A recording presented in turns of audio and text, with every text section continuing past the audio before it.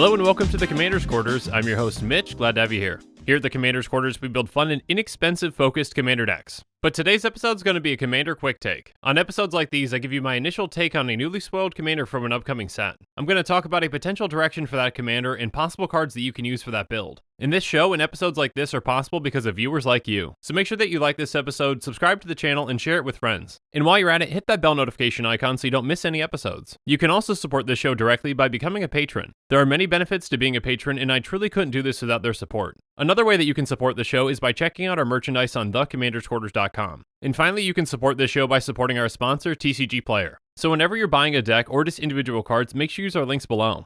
But before we really jump into this, I just want to give a quick disclaimer. On episodes like these, they are just initial quick takes. This Commander is just as new to me as it is to you. And because of that, I don't have a finalized deck build for this Commander yet. So the direction that I choose to take this Commander today might not be the same one that I do in a deck tech. And because of that, some of the cards I'm going to mention might not be in that deck either. Alright, now that we're on the same page, let's get into it.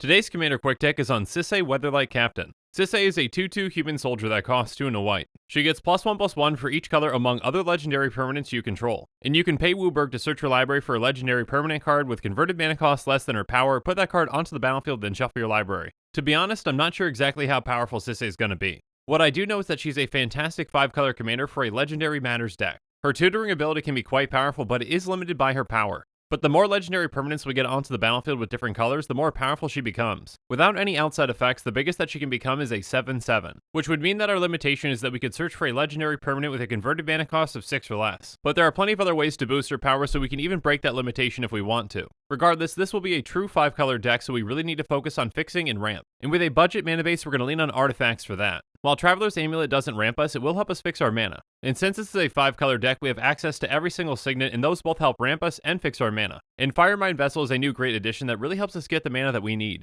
I imagine that this deck would run a good amount of fixing and ramp cards because again, it is crucial that we have access to all of our colors. Sisay can be a huge value engine, and we need all 5 colors to make that happen. Next up, I would run some ways to boost Sisay's power or even the power of our team. Blackblade Reforged is a cheap and efficient way for us to buff Sisay's power. On top of that, we only need to get Sisay's power to 3 to actually search for this card. After equipping it to Sisay, her power is going to be large enough that we can get pretty much any card that we need. And then Hero's Podium is a fantastic way to buff our entire team. The more legendary creatures we get in play, the stronger all of them become. On top of that, it also lets us dig for a legendary creature if we need to. And then there's Day of Destiny, which just straight up gives all of our legendary creatures +2/+2. And since it's legendary, our commander basically gets an additional +1/+1. So we're obviously going to be running plenty of legendary creatures, including ones that care about legendaries themselves. Arvad the Curse can be an even better Day of Destiny. It gives all other legendary creatures we control +2/+2, and since it's 2-color, it basically gives our commander +4/+4. And then there's Wrath Capuchin, which is just pretty much a Vedalken Ori for this deck. He makes it so that we can cast historic spells as though they had flash, and all of our spells are going to be historic. Since all of our spells are historic, Joyra is an absolute bomb in this deck as well. She makes it so that whenever we cast a historic spell, we draw a card.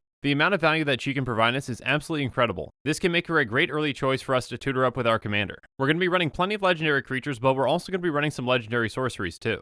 Urza's Ruinous Blast can be absolutely backbreaking to our opponents, but it's pretty much going to leave us untouched. And Primeval's Glorious Rebirth is an incredibly powerful reanimator spell for this deck. And in this deck, Kamal's Druidic Vow is essentially a Genesis wave for 1 less mana. As with any deck, there are definitely some out-of-budget options that could improve it as well. For pretty much any 5-color deck, Chromatic Lantern is a fantastic upgrade. Another upgrade that we can make is with a legendary land like Okina. We can pay a green and tap it to give target legendary creature +1/+1 until end of turn. This can be a very easy way for us to boost Sisay's power. Another great addition to the deck would be Reki, which is almost like having another Joyra. Of course, there are plenty of great expensive legendary cards out there, but there are also a lot of good budget ones. I can see this deck being a ton of fun and very different from others. With this deck, you can utilize cards that otherwise don't see play. And you can definitely take Sisay in other directions if you want, including Super Friends. But if I were to do a full deck tech on this commander, I think my initial direction is the one that I would choose.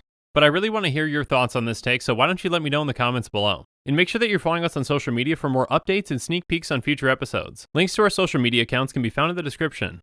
Also in the description below is a link to the Commander's Quarters Patreon page, and I just want to say a quick thank you to the patrons who have subscribed so far. There are many benefits to being a patron for the Commander's Quarters, including being able to vote on future commanders for deck techs. There's even a general level tier where you get your own personalized deck tech dedicated to you. I truly couldn't do this without all of your support, so from the bottom of my heart, thank you. If you haven't already, make sure that you like and subscribe to the channel. And while you're at it, check out some of our other episodes on budget deck techs, Quest for Quarters episodes, Commander topics, and Creators Quarters. And with that, I'm out of here. Thanks again, and have a good one.